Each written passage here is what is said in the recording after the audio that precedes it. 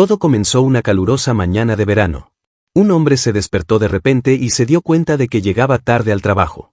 Se puso rápidamente el traje y salió corriendo hacia la oficina. Pero, de camino, se encontró con una mujer muy espeluznante. Miró a la chica y comentó que le daba miedo. El hombre se asustó mucho al verla y no sabía cómo pasar junto a ella. Como no tenía tiempo, caminó lentamente con las piernas temblorosas, tratando de ignorarla. Pero en ese momento, la mujer dijo, «¡Jú!». El hombre se asustó mucho al oír eso y rápidamente dio un paso adelante. Se preguntó qué significaba y supuso que se refería a pistola. Suena igual que la palabra japonesa para pistola. Al día siguiente, cuando el hombre iba al trabajo, la mujer seguía en el mismo lugar. Esta vez, la mujer dijo, «Q». Como Q significa 9, podría significar 10. El hombre se dio cuenta de que ella estaba haciendo una cuenta atrás. Esa noche, el hombre llamó a su amigo y le contó lo de la chica y cómo estaba haciendo la cuenta atrás. Su amigo dijo que era una broma muy espeluznante. Pero también señaló que, si era una chica, quizá estuviera enamorada de él.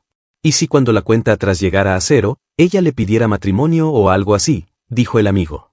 El hombre le pidió a su amigo que no dijera cosas así y que se pusiera serio. Entonces, su amigo le dijo que si solo era una chica, debería huir. Al día siguiente, la espeluznante mujer estaba de pie en el mismo lugar. Y cuando el hombre pasó junto a ella, la mujer dijo, 8. Esto confirmó que la mujer había comenzado una cuenta atrás. Pero, de repente, la mujer dijo, 7. Antes de que el hombre pudiera darse la vuelta, la mujer contó rápidamente hasta 0. En ese momento, la boca y los ojos del hombre comenzaron a sangrar. En la siguiente escena, el hombre se despertó en su cama, gritando presa del pánico.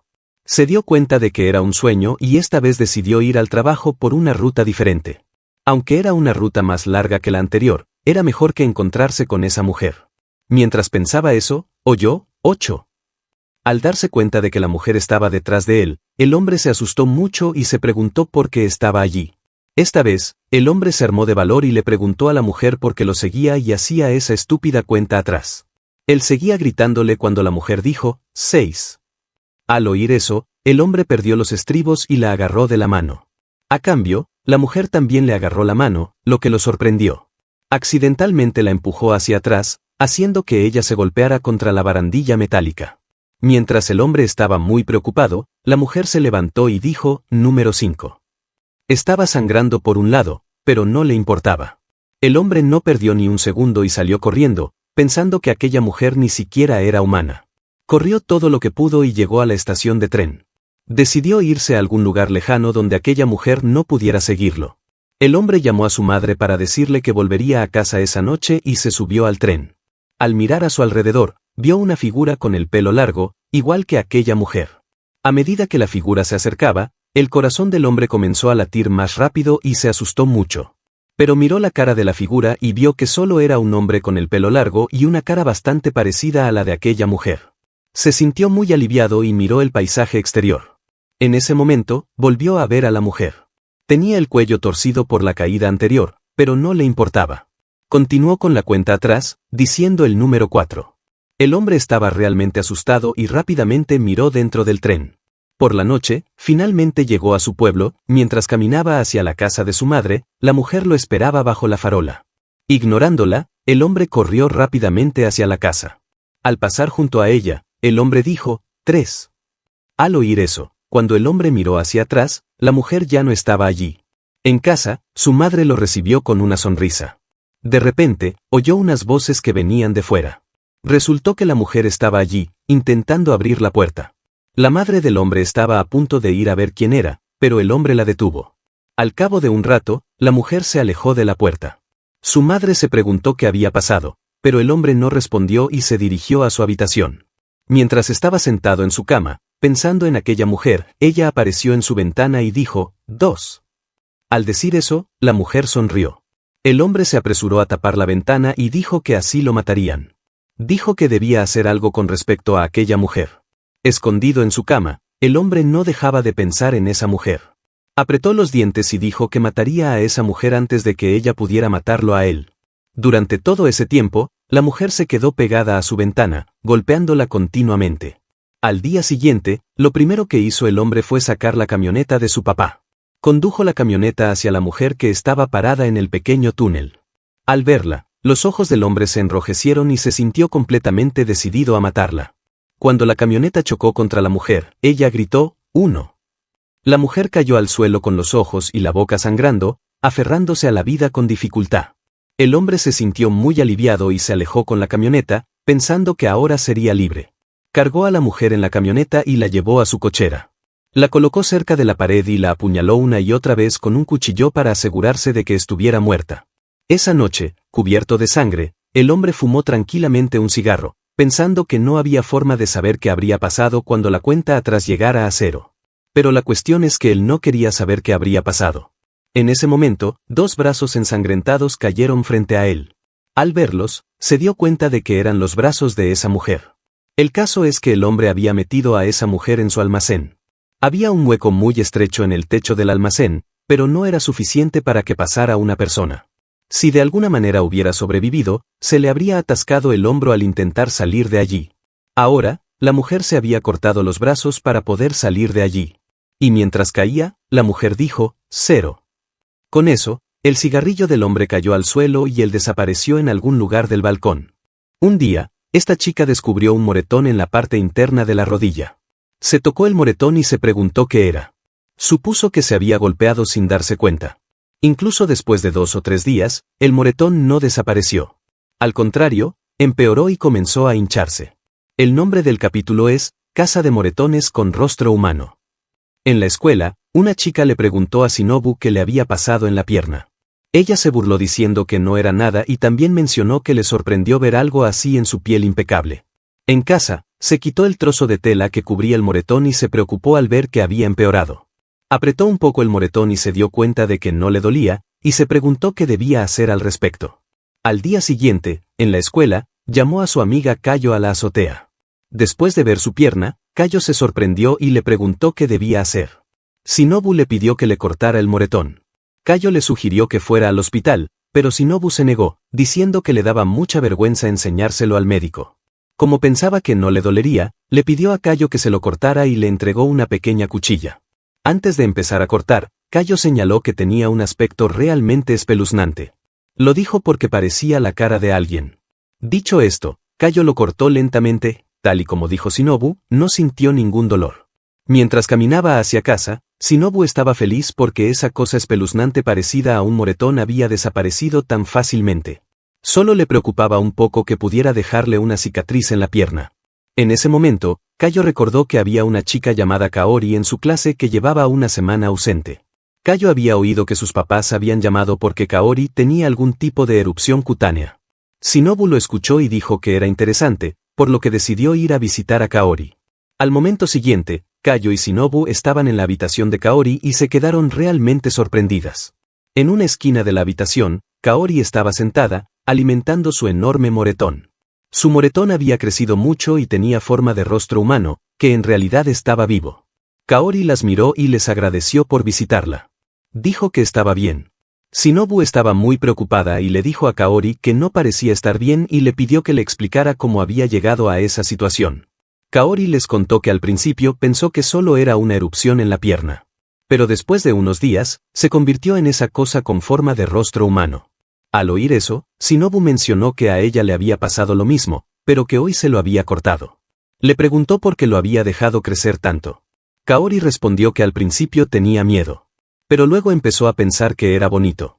Dicho esto, besó esa cosa espeluznante que tenía en la pierna. Sin perder un momento, Shinobu sacó un cúter de su bolso. Le dijo a Kaori que debería haberlo cortado cuando aún era pequeño. Aunque Kaori no quería cortarlo, Shinobu la agarró con fuerza y lo cortó lentamente. Shinobu pensó y le dijo que no le iba a doler. Pero, al contrario, Kaori empezó a gritar de dolor. Al ver eso, Kaori le pidió a Shinobu que se detuviera, pero Shinobu no la escuchó y le pidió que tuviera paciencia. Al final, Shiori cortó esa cosa espeluznante. Mientras lo sostenía en su mano, de repente abrió la boca y le mordió el dedo. Shinobu inmediatamente lo estrelló contra la pared, matándolo, supongo. En ese momento, sucedió algo aún más inquietante. De donde se había cortado esa cara espeluznante, también salió el cuerpo restante. Incapaz de ponerse de pie, la cosa se arrastró hasta el lugar donde Shinobu había tirado la cabeza. Las chicas quedaron realmente impactadas tras presenciar la escena. En ese momento, Kayo gritó, preguntando si debía cortarlo o dejarlo como estaba. Resultó que ella también tenía la misma cosa espeluznante creciendo en su pierna. Esta noche, hay varias chicas en cada pueblo que están luchando con esta decisión. Capítulo 2. No me hagas mirar al espejo. Sayuri es una chica increíblemente hermosa. Todos, tanto chicas como chicos, piensan esto y la admiran. Esta chica piensa que si Sayuri es hermosa, ella también debería serlo. La razón por la que piensa esto es porque es la gemela de Sayuri. Sayuri le presentó a Kaori a Toru, un estudiante universitario. Toru se sorprendió mucho al ver a dos chicas con el mismo rostro, así que Sayuri le dijo que Kaori era su gemela. Sin embargo, Kaori pensó que tal vez había alguna sutil diferencia entre Sayuri y ella. Porque Toru le pidió a Kaori que saliera a dar un paseo en coche con él ese domingo. Al oírlo, Kaori le preguntó a Sayuri si le parecía bien y ella respondió que sí, deseándoles que se divirtieran. El domingo, Kaori y Toru se lo pasaron muy bien en su cita. Era el comienzo de la primavera en la vida de Kaori. Pero entonces ocurrió algo desafortunado. De regreso de su 10ª cita, tuvieron un accidente. Mientras iban en el coche, Toru chocó contra algo a toda velocidad. Como Kaori se había olvidado de abrocharse el cinturón de seguridad, salió disparada por los aires. Al caer al suelo, fue atropellada por un coche, cuando este se incendió, las llamas la consumieron. Unos meses después del accidente, se encontró en la cama de su casa. Seguía viva y su hermana pequeña, Hikari, estaba siempre a su lado. Cuando miraba a Hikari, podía olvidar su soledad y su desesperación. Pero le resultaba muy difícil mirar a Sayuri. Sayuri seguía siendo tan hermosa como siempre. Kaori solía ser idéntica a ella, pero ahora, su nueva yo era muy diferente. Un día, tuvo un sueño. En ese sueño, Sayuri se destrozaba la cara con un cuchillo. Kaori no dejaba de pedirle que parara, pero ella no la escuchaba. Sayuri hacía esto porque quería acabar siendo igual que Kaori ahora. No podía seguir siendo guapa mientras su hermana tenía ese aspecto. Solo era un sueño en el que Sayuri se hacía daño a sí misma. En realidad, Sayuri seguía siendo tan guapa como siempre. Toru, que había salido con heridas leves, la miró. Kaori quería pedirle que no la mirara, pero no pudo. Por su mirada, se podía ver que el estado de Kaori era realmente grave. Toru no le dijo nada a Kaori y se marchó. Kaori sintió que Toru no se sentía culpable por haber causado el accidente. Los hermosos recuerdos del pasado vinieron a la mente de Kaori y la atormentaron. Ella solía ser más atractiva que Sayuri, por eso Toru la invitó a dar un paseo en coche. Al recordar eso, se preguntó cuál era exactamente la sutil diferencia entre ella y Sayuri para Toru.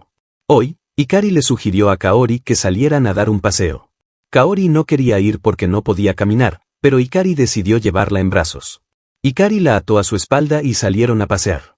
Después de unas horas caminando, Hikari señaló que era bonito estar viva.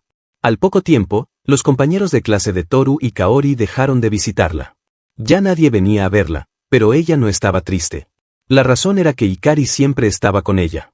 Después de algunos años, Sayuri y Toru se casaron. Kaori no estaba triste, sino que los bendijo con todo su corazón. Con el paso del tiempo, Sayuri tuvo un hijo con Toru. La niña creció. Con el paso del tiempo, los padres de Kaori fallecieron. Pasó más tiempo, Sayuri falleció por vejez y Toru la siguió. Kaori siguió viviendo y se sentía muy satisfecha. Por alguna razón, Hikari seguía teniendo la misma edad y le preguntó a Kaori si ahora estaba satisfecha. Le preguntó si ellas también debían irse. En ese momento, Kaori le agradeció a Hikari por todo. Kaori mencionó que le preocupaba que Hikari la arrastrara a su mundo en cualquier momento. Pero ahora se sentía aliviada porque finalmente había sentido cierta satisfacción. Hikari sonrió y mencionó que quería que Kaori experimentara la vida como una forma de compensar su prematura muerte. Hikari siempre deseaba lo mejor para Kaori. Kaori le dio las gracias a Hikari de nuevo y le dijo que había tenido una buena vida gracias a ella. Al final, Kaori decidió marcharse también. Si entienden lo que ha pasado en este capítulo, comenten abajo. Capítulo 3. Fuka, la chica asesina. Fuka y su padre caminaban por la carretera cuando el padre le preguntó a Fuka si estaba contenta de ser su hija. Cuando Fuka no dijo nada, el padre se dio cuenta de que no tenía que volver a preguntárselo. El padre se disculpó con ella por haberle preguntado eso y le dijo que debían centrarse en el trabajo que tenían entre manos. Después de llegar a una casa, el padre le dijo a Fuka que debían proceder según lo planeado. Al oír eso, Fuka se cayó al suelo, fingiendo estar enferma. El padre inmediatamente empezó a gritar, pidiendo que alguien viniera a ayudarlo. Tal y como habían planeado, los habitantes de la casa les ayudaron. Al cabo de un rato, el padre entró en una habitación donde estaba sentado un hombre llamado Todo, el dueño de la casa. El padre le dio las gracias a Todo, diciéndole que la medicina que una señora de la casa le había dado para el dolor de estómago de su hija había funcionado muy bien. De repente, el padre se disculpó. Mencionó que se había aprovechado de la amabilidad de Todo para entrar en su casa. El padre dijo que su verdadero propósito era asegurarse de que Todo muriera. Al oír eso, Todo le preguntó al hombre quién era. Pero el hombre no dijo nada y solo le dijo que cierta persona le había pedido que acabara con él. Dicho esto, el hombre saltó hacia Todo, desenvainando su espada. Antes de que el hombre pudiera alcanzarlo, una bala salió volando y le disparó en el ojo. Quien disparó la bala fue Todo. No se asustó al ver a un hombre corriendo hacia él con una espada porque tenía un arma. El hombre cayó al suelo frente a su hija, muriendo lentamente de forma dolorosa. Al ver que Fuka ni siquiera se movió ni mostró ninguna expresión tras ver la muerte de su padre, Todo se quedó realmente sorprendido. Le preguntó si no estaba triste tras ver morir a su padre. Resultó que el padre de Fuka le había enseñado a no lamentarse ni afligirse nunca por la muerte. Mató a un lobo delante de ella y, mientras sostenía el lobo muerto en sus manos, le dijo que eso era un reflejo de su verdadero yo. Entonces, Todo le pidió a Fuka que le dijera si tenía alguna idea de quién le había ordenado a su padre que lo matara. Todo le dijo que ella no era un robot. Así que le preguntaría a su cuerpo, que estaba hecho de carne, sangre y huesos. Le dijo que la colgaría por la nariz.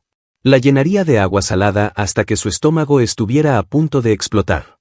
Le preguntó si estaba preparada para soportar ese tipo de tortura. En ese momento, Fuka abrió la boca y Todo se sorprendió al ver que le habían cortado la lengua. Todo no podía creer lo loco que estaba su padre para hacer algo así. En ese momento, Fuka recogió la espada de su padre del suelo. Todo pensó que iba a intentar completar la misión de su padre, pero hizo otra cosa. Su padre aún estaba vivo, sufriendo de dolor, así que le cortó el cuello y lo mató. Fuka recordó que su padre le había dicho que, sin importar lo hermosa o fea que fuera cuando creciera, lo único que importaría serían sus huesos.